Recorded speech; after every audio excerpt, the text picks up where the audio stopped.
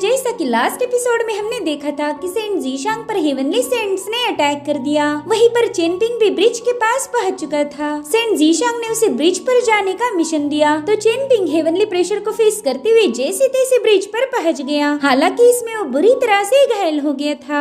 इधर जैसे चेनपिंग ब्रिज पर गया, सेंट जीशांग की मौत हो गई। अब स्मॉल टाउन में एक नई शुरुआत होने वाली थी। यहाँ के ऑलमोस्ट सारे रूल्स चेंज हो जाएंगे, मगर अभी भी हमारे कई सारे सवालों का जवाब बाकी है। तो चलो अब वीडियो को शुरू करते हैं। ओपनिंग सीन में हमें स्मॉल टाउन का सीन दिखाया गया, जहाँ पर रोज के मुकाबले आज कुछ ज्यादा ही चहल पहल थी। और तभी हमें कुछ बहुत ही खतरनाक बीस्ट दिखाए गए, जो कि सीधा जंगलों से होते हुए स्मॉल टाउन की तरफ आगे बढ़ रहे थे। मगर इससे पहले कि वो बीस्ट स्मॉल टाउन पर अटैक कर पाए, मास्टर रुआन ने अपने हैमर से स्वॉर्ड पर अटैक कर दिया। उनके हैमर से एक बहुत ही पावरफुल एनर्जी वेव रिलीज हो गई थी, जो कि जंगलों से होते हुए सीधा उन बीस्ट को एक ही झटके में खत्म कर देती है। जो भी बीस्ट जिंदा बचे थे उन्हें मास्टर रुआन की आवाज आने लगी। उन्हें बता रही थी कि अब मैं स्मॉल टाउन का नया सेंट हूँ। अगले 60 सालों तक स्मॉल टाउन पर मेरा कंट्रोल रहेगा, इसलिए भूले भटके भी स्मॉल टाउन के बॉर्डर के पास मत आना, वरना बेरहमी से मारे जाओगे। वहीं दूसरी तरफ चेनपिंग देखता है कि उस पर अचानक से पंखुड़ियों की बारिश होने लगी। चेनपिंग आज काफी ज्यादा खुश था, क्योंकि उसे पता ही नहीं कि सेंट जीशांग के साथ हुआ क्या है। चेनपिंग देखता है कि वो सारी पेटल्स जाकर ड्रैगन स्लिंग प्लेटफॉर्म पर गिर गई है। वो कह रहा था कि बस निंग्याओ की स्वॉर्ड एक बार तैयार हो जाए, फिर मैं इसी प्लेटफॉर्म का यूज करते हुए उसकी स्वॉर्ड को शार्प करूंगा।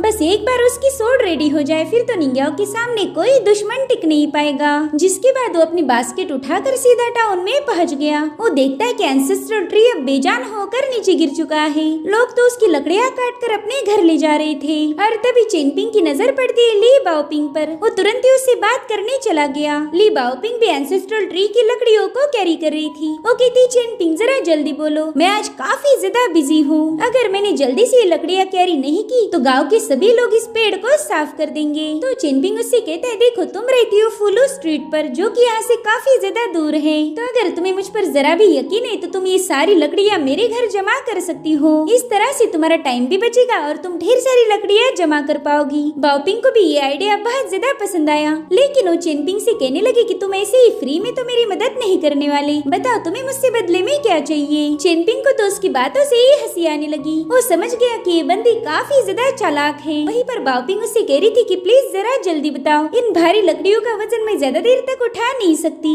तो चेनपिंग कहता है, ठीक है, अगर लकड़ियाँ जमा करते हुए तुम्हारे हाथ कोई हरा पत्ता लग जाए तो उसे संभाल के रखो। शाम को मैं तुमसे वो लोकस लीफ कलेक्ट करूंगा। जिस पर बाओपिंग कहती, बस तुम्हें सिर्फ हरे पत्ते चाहिए ना? तो चेनपिंग कहता है, हाँ, बस उतना मेरे लिए लेकर आना। जिसके बाद चेनपिंग उसे अपने घर की चाबी देने लगा, मगर बाओपिंग कह रही थी कि इसकी कोई जरूरत नहीं, वैसे भी तुम्हारे घर की दीवारें ज्यादा ऊंची नहीं है, मैं तो बड़ी आराम से तुम्हारे घर के आंगन में लकड़ियाँ फेंक सकती हूँ। जिसके बाद वो तुरंत ही चेनपिंग के घर की तरफ रवाना हो गई। वहीं दूसरी तरफ एल्डर वांग कहने लगे कि मैंने तो सुना था कि जब ये एंसेस्टर का पेड़ गिर जाएगा तब हमारे टाउन पर बहुत ही खतरनाक बीस्ट अटैक करेंगे, मगर आज का नजारा देखकर तो मैं हैरान हो गया। लोग इस एंसेस्ट्रल ट्री की लकड़ियों से अपना चूल्हा जलाएंगे। इस बात से साबित होता है कि तुम्हारे मरने के बाद तुम्हारा कोई वजूद नहीं। इस पेड़ पर रहने वाले एंसेस्टर काफी ज्यादा पावरफुल थे, मगर आज उनकी कोई वैल्यू नहीं। शायद सेंट जीशांग के साथ भी कुछ ऐसा ही होगा। कुछ ही सालों के बाद यहाँ के लोग उसे भूल जाएंगे और अब वो अपना स्मोक फैलाते हुए माओ कुजान की ग्रैनी को वहाँ पर समन कर लेते हैं। ग्रैनी उन्हें आते ही ग्रीट करने लगी। वो उनसे पूछ रही थी कि आज आपने मुझे कैसे याद किया। जिस पर एल्डर वांग कहते कि तुम्हारे पास एक गोल्डन अपॉर्चुनिटी है, लेकिन इस अपॉर्चुनिटी का फायदा उठाना तुम्हारे हाथ में है। अगर तुम में जरा भी दम है तो तुम इस अपॉर्चुनिटी को हासिल करोगी। वैसे भी स्मॉल टाउन के ब्रिज ने तुम्हारी सारी ऑफरिंग को कट ऑफ किया है। तुम्हारे पुरानी करतूतों की वजह से इस टाउन में तो तुम्हें कभी शांति नहीं मिलने वाली, लेकिन जैसे ही तुमने ये ब्रिज क्रॉस किया तुम एक इवल सोल से रिवर गॉड बन जाओगी। मगर माओ कुजान की ग्रैनी इस खबर से बिल्कुल भी खुश नहीं होती। वो एल्डर वांग को बताने लगी कि कल रात ही इस ब्रिज पर मौजूद वुडन कॉरिडोर कोलैप्स हो गया। मैं देखना चाहती थी कि आखिर उस ब्रिज पर हो क्या रहा है, लेकिन जैसे मैं उस ब्रिज के पास गई मुझे ऐसा लगा कि मैं आग की भट्टी में गई हूँ। मुझे इतनी ज्यादा पेन हुई कि मैं उसे सहन भी नहीं कर पा रही थी। उसकी बातें सुनकर एल्डर वांग हंसने लगे। वो कहते, देखो फैसला तुम्हारा है, अगर तुम्हें हमेशा इसी कीचड़ में रहना है तो रह सकती हो, लेकिन अगर तुमने थोड़ी तकलीफ सहन की तो तुम एक रिवर गॉड बनोगी। बस हिम्मत करके एक बार उस पेन को सहन करो। तो अब ग्रैनी एल्डर वांग की सजेशन लेकर वहाँ से गायब हो गई। ग्रैनी के वहाँ से जाते ही सेंट जीशांग का डायरेक्ट डिसाइपल लांग वहाँ पर पहुँच चुका था। वो कहते सीनियर, आपके पास तो कमाल की मैजिकल पावर्स है, आप तो खुद होकर ही रिवर गॉड को सिलेक्ट कर रहे हो, जबकि ये काम तो किसी और का है। अगर आप ऐसी ही मनमानी करते गए तो वे ऑफ हेवन डिस्टर्ब हो जाएगा।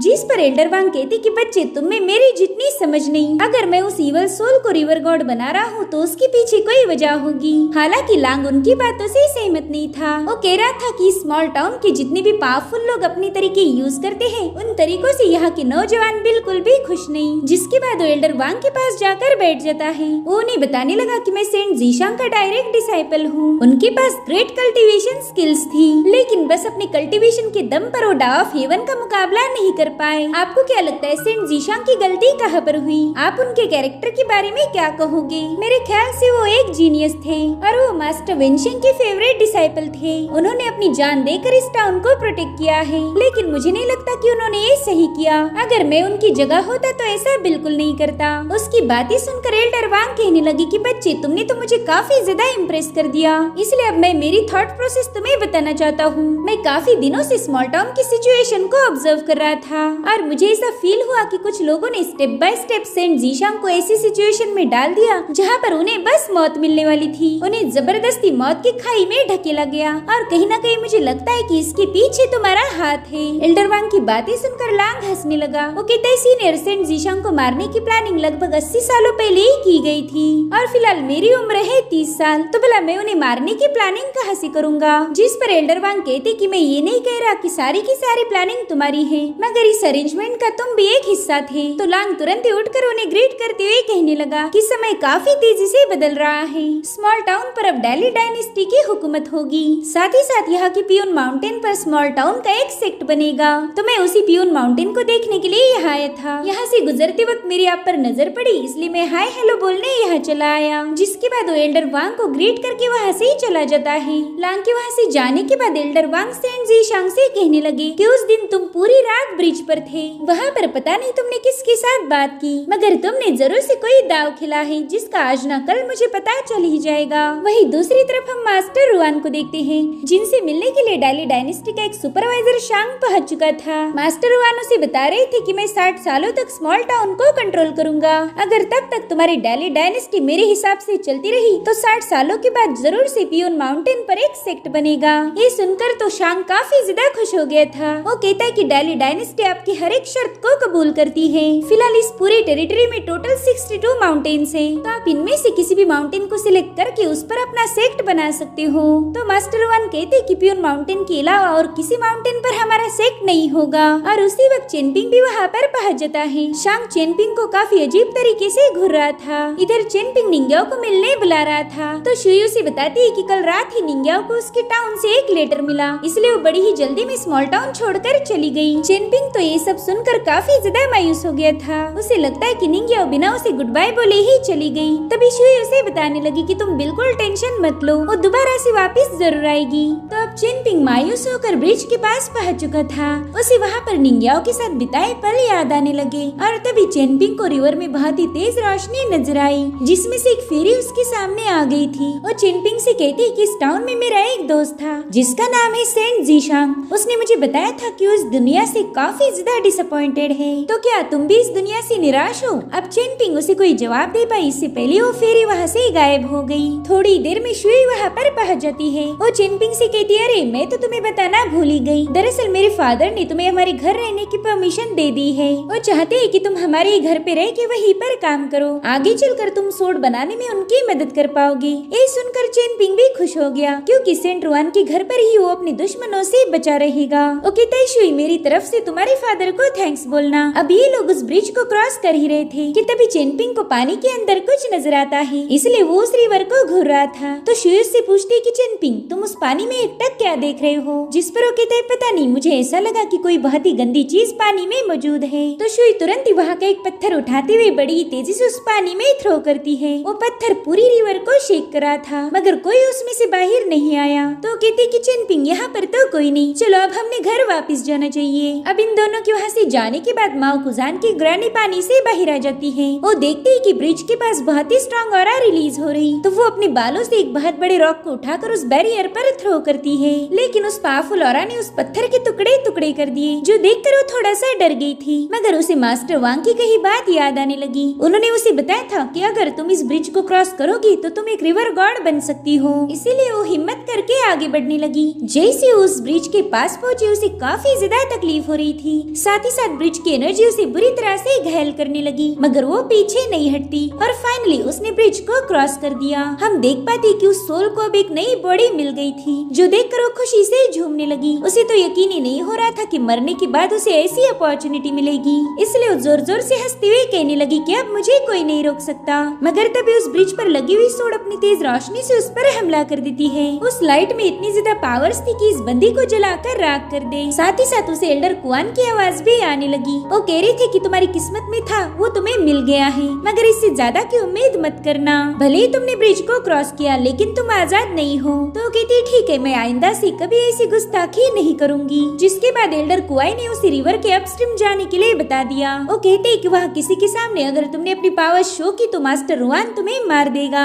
तुम्हें बस इस रिवर के पानी के लेवल को बढ़ाना होगा, यानी कि तुम्हारा काम है वाटर स्पिरिट को क्रिएट करना, जो कि बस एक रिवर गॉड ही कर सकती है। इससे मास्टर रुआन की सोड फोर्जिंग में काफी ज्यादा मदद होगी, तो वो भी तुम्हारे लिए मुश्किलें पैदा नहीं करेंगे। इसलिए वो रिवर गॉड सीधा अपस्ट्रीम चली गई। इधर शुई चेनपिंग को लेकर अपने घर वापस आ गई थी। वो कहता शुई मैं पढ़ नहीं सकता, मगर मैंने कहीं पर 2 लफ्ज देखे थे, क्या तुम मुझे उनका मतलब सिखा सकती हो? तो शुई कहती ठीक है, तुम बस उन्हें लिख के दिखाओ। मगर शुई को काफी ज्यादा टेंशन आ रहा था, क्योंकि वो पढ़ाई में बिल्कुल भी अच्छी नहीं थी। वो सोचती कि काश मैंने फादर की बात मानकर थोड़ी बहुत पढ़ाई की होती। अब तो चेनपिंग के सामने मेरी फुल टू बेइज्जती होने वाली है। जिसके बाद वो डरते डरते चेनपिंग के पास पहुंच गई। वो देखती कि चेनपिंग ने तो मार्शल आर्ट से रिलेटेड वर्ड्स लिखे हैं, जो देखकर शुई की जान में जान आ गई, क्योंकि उसे मार्शल आर्ट का नॉलेज था। अब उन लफ्जों को पढ़कर बताती कि ये तो एक्यूपंक्चर पॉइंट्स के नाम हैं। हमारी बॉडी में टोटल 361 एक्यूपंक्चर पॉइंट्स होते हैं। ये पॉइंट्स हमारे लिए किसी ट्रेजर से कम नहीं है, मानो ये हमारे लिए गोल्ड और सिल्वर के माउंटेन्स है। अब जैसे शुई चेनपिंग की तरफ मुड़ती है तभी उसने देखा कि उन दोनों के बीच में कोई तीसरा बंदा ही मौजूद है। चेनपिंग और शुई उसे देखकर थोड़ा सा कंफ्यूज हो गए थे। वो बंदा शुई से कहता है अरे आप बोलती रहो, मुझे भी इन पॉइंट्स के बारे में जानना था। मगर शुई ने तो तुरंत ही वो लेटर्स मिटा दिए, जो देखकर वो बंदा कहने लगा कि अरे मैं कोई बुरा इंसान नहीं हूँ यार, मैं तो नए काउंटी सुपरवाइजर शांग के साथ यहाँ आया हूँ। मगर ये दोनों भी उस बंदे को फुल टू इग्नोर मार रहे थे।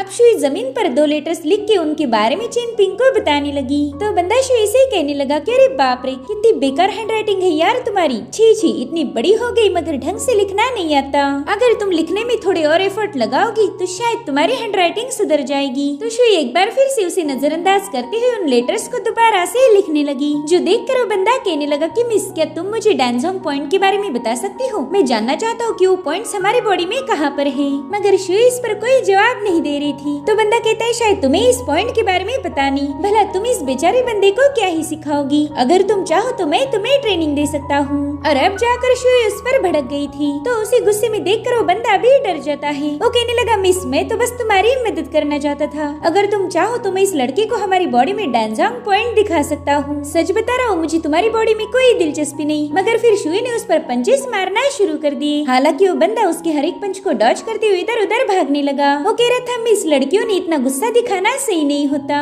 अगर ऐसे ही बात बात पर लोगों को पीटती रहोगी फिर तुम्हारी शादी नहीं हो सकती। ऐसी मारपीट करने वाले बंदे लोगों को बिल्कुल भी पसंद नहीं आती। इधर चिनपिंग शुई से कह रहा था कि अरे तुम उसके पीछे क्यों भाग रही हो? तो शुई कहती बस थोड़ी देर रुक जाओ, इसे कूटने के बाद मैं तुम्हें और पॉइंट्स के बारे में बताने वाली हूँ, तब तक मेरा इंतजार करना। इधर शांग मास्टर रुआन को शराब पिलाते हुए कह रहा था कि आपके रूल्स ही यहाँ पर सबसे ज्यादा इम्पोर्टेंट होंगे, चाहे आप कोई सा भी डिसीजन क्यों न लो। हमारी डाली डायनेस्टी उसकी रिस्पेक्ट करते हुए हमेशा आपके साथ खड़ी रहेगी। तो मास्टर रुआन उसे अपनी शर्तें बताने लगे। वो कहते कि इस सिटी में वेंचिंग पवेलियन और वुशांग टेम्पल बिल्ड किया जाना चाहिए, जिस पर शांग भी अग्री हो गया। वो कहता है कि हम ये पवेलियन और टेम्पल उन 2 लोगों को डेडिकेट करेंगे जो कि स्मॉल टाउन से पहली बार बाहर आने वाले 2 शख्स हैं। इनके बाद ही स्मॉल टाउन के लोग विलेज छोड़कर बाहर जाने की हिम्मत करने लगे थे, इसलिए तो हमारी डाली डायनेस्टी इन 2 लोगों को काफी ज्यादा रिस्पेक्ट देती है। इन दोनों के लिए जरूर से टाउन में एक टेम्पल बनाया जाएगा, जिस पर सेंट रुआन भी राजी हो गए। मगर वो कहते हैं कि इस टेम्पल का लोकेशन तुम नहीं बल्कि एल्डर वांग डिसाइड करेंगे, जो सुनकर शांग थोड़ा सा कंफ्यूज हो गया। वो कहता है सीनियर मैं इस एल्डर वांग को नहीं जानता। मास्टर वांग कहते क्या कहा तुमने, तुम एल्डर वांग को नहीं जानते? ये तो बड़ी ही ताज्जुब की बात है कि तुम्हारी डाली डायनेस्टी डायनेस्टी के मास्टर शिहू ने तुम्हें एल्डर वांग के बारे में नहीं बताया। ऐसा तो हो नहीं सकता। मास्टर रुआन अब शांग से काफी ज्यादा डिसअपॉइंट हो गए थे, जो देखकर शांग को भी टेंशन आने लगा। उसे डर था कि कहीं मास्टर रुआन उसके साथ की हुई डील को ब्रेक न कर दे। और उसी वक्त मास्टर रुआन को किसी के हंसने की आवाज आई। दरअसल बादलों में कुछ कल्टीवेटर स्मॉल टाउन के बारे में बात कर रहे थे। वो अपनी सीनियर को बताते हैं कि स्मॉल टाउन के नए सेंट रुआन ने यहाँ पर कुछ रोल सेटअप किए हैं। अगर कोई भी उनकी बिना परमिशन स्मॉल टाउन के बॉर्डर को क्रॉस करेगा तो उसे बेरहमी से मारा जाएगा, इसलिए हमने यहाँ से वापस चले जाना चाहिए। लेकिन वो बंदी कह रही थी कि हम कोई मामूली कल्टीवेटर्स नहीं है, और वैसे भी ये टाउन अब डेली डायनेस्टी के कंट्रोल में है, तो मास्टर रुआन यहाँ पर अपनी कानून सेटअप नहीं कर सकता। उनकी बातें सुनकर मास्टर रुआन काफी ज्यादा भड़क गए। वो अपने हैमर को समन करते हुए कहने लगे कि तुम्हें क्या लगा, सेंट जीशांग की मौत के बाद तुम यहाँ पर घुस पाओगी? मैं भी सेंट जीशांग के ही रूल्स को फॉलो करता हूँ। जिसके बाद वो सीधे आसमान में जाकर उस बंदी के मुंह पर अपने हैमर से जोरदार अटैक कर देते हैं। इस एक ही अटैक में वो बंदी बादलों में ही कहीं पर गुम हो गई। अब मास्टर रुआन उन बाकी के लोगों को बताने लगे कि भले डेली डायनेस्टी यहाँ पर कुछ बदलाव करेगी, लेकिन ये लीजू हेवन केव हमारी है, और मेरी परमिशन लिए बिना यहाँ पर कोई आउटसाइडर नहीं आएगा। अगर आया तो फिर मैं अपने हैमर से उसकी खोपड़ी तोड़ दूंगा। अब उनकी बातें सुनकर एक कल्टीवेटर कहने लगा कि अरे नए सेंट तो कुछ ज्यादा ही गुस्से वाले हैं। देखो तो मेरी बाउंड्री पर पाव रखने के बाद ये मेरा क्या बिगाड़ लेगा। जिसके बाद उस स्मॉल टाउन की बाउंड्री के एकदम करीब पहुंच गया, जो देखकर सेंट रुआन और ज्यादा गुस्सा हो गए। अब वो उसे हवा में उछालते हुए अपने हैमर से उसकी भी खोपड़ी तोड़ देते हैं। जो देखो बाकी बची लड़कियां तुरंत ही वहाँ से भागने लगी। मास्टर रुआन कह रहे थे कि सेंट जीशांग नरम दिल थे, मगर मैं उनके जैसा नहीं हूँ। अगर मेरे ऑर्डर के खिलाफ कोई गया तो मैं उसका नक्शा ही बदल दूंगा। जिसके बाद उन्होंने वापिस से बड़ी स्टाइल के साथ जमीन पर जंप लगा दी। सेंट रुआन का ये जलवा देखकर शांग की तो फट गई थी। इधर मास्टर रुआन अपने खून के हाथ धोते हुए कहने लगे कि सेंट जीशांग, अगर आप मेरे मुकाबले आधा भी गुस्सा इन लोगों को दिखाते तो शायद आज आप जिंदा होते। पता नहीं आपने इतने आसानी से हेवन के खिलाफ हार क्यों मानी? क्या आपका जान देना इतना जरूरी था? इधर वो बंदा जो थोड़ी देर पहले शुई को चिढ़ा रहा था, वो मास्टर रुआन का सारा शो देख चुका था। वो कहता है अब मैं समझ गया कि वो लड़की इतनी गुस्से वाली क्यों है। वो तो पूरी तरह से अपने बाप पर गई है। काश उसमें उसकी माँ की थोड़ी सी क्वालिटीज होती। इधर बाओपिंग ने दिन भर में ढेर सारी लकड़ियाँ चेनपिंग के घर जमा कर दी थी। चेनपिंग के वहाँ आते ही वो उसे ग्रीन लोकस लीफ देने लगी, जैसा कि उसने चेनपिंग से वादा किया था। इसलिए चेनपिंग ने उस लीफ को कलेक्ट कर लिया, मगर वो देखता है कि बाओपिंग उससे नजरें नहीं मिला पा रही, तो समझ गया कि बाओपिंग के पास और लोकस लीफ है। इसलिए वो कहता है चलो दूसरा पत्ता भी मेरे हवाले कर दो। तो बाओपिंग गुस्से में आकर उसे एक और पत्ता दे देती है। चेनपिंग देखता है कि बाओपिंग काफी ज्यादा नाराज है, इसलिए वो कहता है ये लो, ये पत्ते तुम ही रख लो। अगर तुम ये मुझे खुशी से देती तो शायद मैं इन्हें एक्सेप्ट कर लेता, मगर एक बात हमेशा याद रखो, अगर तुमने किसी से कोई वादा किया है तो उसे जरूर निभाना। एक अच्छा इंसान कभी अपने वादे नहीं तोड़ता। जिस पर बाओपिंग कहने लगे कि पता नहीं क्यों, मगर तुम बिल्कुल सेंट जीशांग जैसे ही साउंड कर रहे हो। वो भी हमेशा ऐसे ही लेक्चर देते हैं, और इसी वजह से अब तुम मुझे बिल्कुल अच्छे नहीं लग रहे हो। जिसके बाद वो चेनपिंग के हाथ से वो पत्ते ले लेती है। चेनपिंग कह रहा था चलो अब मैं इन लकड़ियों को तुम्हारे घर तक ले जाने में तुम्हारी मदद करता हूँ। ये सुनकर बाओपिंग काफी ज्यादा खुश हो गई। वो कहती ठीक है, अगर तुम मेरी मदद करोगे तो मैं थोड़ी देर के लिए तुम्हें पसंद कर सकती हूँ, लेकिन मैं ज्यादा देर तक तुम्हें पसंद नहीं कर सकती। ये बात तुम हमेशा याद रखना। उसकी बातों पर चेनपिंग को काफी ज्यादा हंसी आ रही थी। अब ये लोग वहाँ से जाने वाले थे कि तभी उनकी नजर आसमान पर गई, जहाँ पर काफी सारे बादल घिराए थे। बाओपिंग चेनपिंग को बता रही थी कि शायद अब जोरों से बारिश होने वाली है, लेकिन चेनपिंग कहते हैं नहीं, ये बारिश वाले बादल नहीं हो सकते। दरअसल वहाँ से हजारों कल्टीवेटर्स फ्लाइंग सोर्ड पर सवार होके गुजर रहे थे, जिनमें से एक है निंग्याओ। वो अपनी फ्लाइंग सोर्ड पर सवार होकर सीधा चेनपिंग से मिलने पहुंच गई। चेनपिंग को तो लगा ही नहीं था कि दोबारा वो कभी निंग्याओ से मिल पाएगा। वो कहती चेनपिंग मैं तुम्हें बिना गुड बाय बोले नहीं जा सकती, मगर चेनपिंग इस पर कोई जवाब नहीं देता। वो तो बस इमोशनल होकर उसे घूर रहा था। जिसके बाद वो अपनी बास्केट से कोई चीज निकाल कर निंग्याओ को देने ही वाला था कि तभी निंग्याओ उससे दूर चली गई। दरअसल वो भी चेनपिंग से दूर नहीं जाना चाहती थी, मगर यही उनकी तकदीर है। अब थोड़ी देर बाद चेनपिंग बाओपिंग को लेकर कैंडिड हाउस खाने के लिए मार्केट में पहुंच गया। वो कहने लगा कि कैंडिड हाउस इतने महंगे होकर भी पहले जैसे डिलीशियस नहीं है। शायद अब यहाँ पर पहले जैसा कुछ भी नहीं मिलेगा। और इसी के साथ ये एपिसोड यहीं पर एंड हो जाता है। Thank you so much for watching. Bye bye.